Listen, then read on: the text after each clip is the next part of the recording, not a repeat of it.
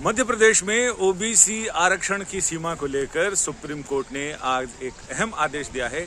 इस आदेश के मुताबिक मध्य प्रदेश हाई कोर्ट को इस पूरे मामले में सरकार जो भी प्रक्रिया इनिशिएट करेगी, उसके बाद मध्य प्रदेश हाई कोर्ट को इस ऐसे मामलों को सुनने से परे रखा गया है। यानी सुप्रीम कोर्ट ने कहा है कि अगर किसी को भी कोई आपत्ति होती है तो वो हाई कोर्ट जाने के बजाय सीधा सुप्रीम कोर्ट आ सकता है।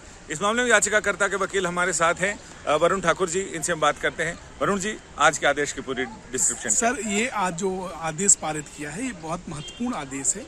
उसके पहले मैं आपको थोड़ा सा बैकग्राउंड बताना चाहूँगा कि ये क्यों हुआ है। ये बस 2019 में अध्यादेश के माध्यम से ओबीसी का जो रिजर्वेशन है 14 से बढ़ा के 27% कर दिया गया था। उस अध्यादेश को चैलेंज किया गया हाई कोर्ट में, उसमें स्टे दे दिया गया हाई कोर्ट के द्वारा। उसी स्टे को कंटिन्यू आज भी चल रहा है, जबकि एक्ट ऑलरेडी इनेक्टेड हो गया है।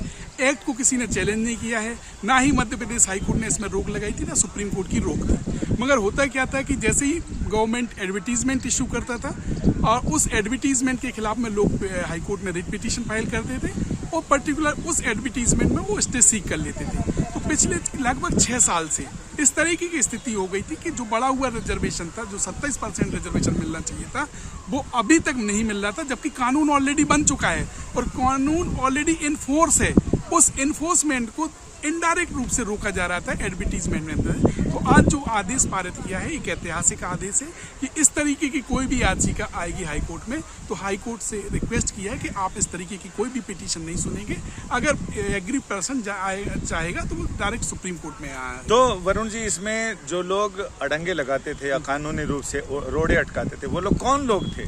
क्या वो लोग भी बेनिफिशियरी थे? नहीं, वो बेनिफिशियरी नहीं थे। अल्टीमेटली जो कानून की इन्फोर्समेंट में न आके इनडायरेक्ट रूप से जो कानून को रोकने का प्रयास किया जा रहा था, वो कहीं ना कहीं से इस एडवर्टीजमेंट में इस तरीके से जो बड़ा हुआ रिजर्वेशन है या जो कानून के इम्प्लीमेंटेशन ना हो, इस तरीके की वो पिटीशन फाइल होती थी। और ऐसी एक नहीं सैकड़ों पिटीशन अब सुप्रीम कोर्ट ने हाई कोर्ट को रिस्ट्रेन कर दिया है, जिसमें आज सुप्रीम कोर्ट ने एक ऐतिहासिक आदेश दिया है, जिसमें ये कहा कि इस तरीके की कोई भी पिटीशन आएगी वो आप नहीं सुनेंगे।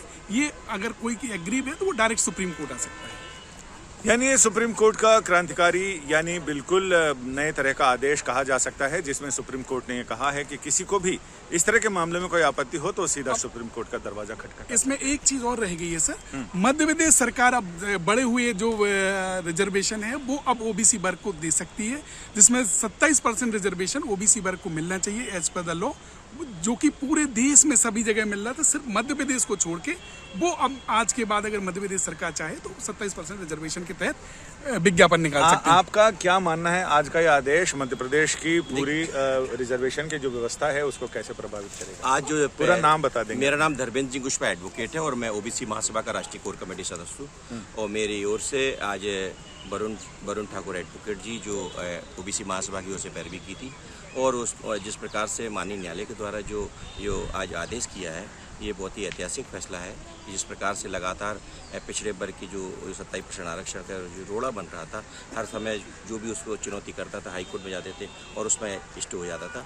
अब स्पष्ट कहा गया कि जो 27% आरक्षण पर जो कानून बना हुआ है उस पर किसी प्रकार की रोक नहीं है और जो भी अब जो भी विज्ञापन आएंगे और यदि कोई चैलेंज भी करता तो उसके लिए माननीय न्यायालय सुप्रीम कोर्ट उसकी सुनवाई करेगा। संजय शर्मा, दिल्ली आज तक।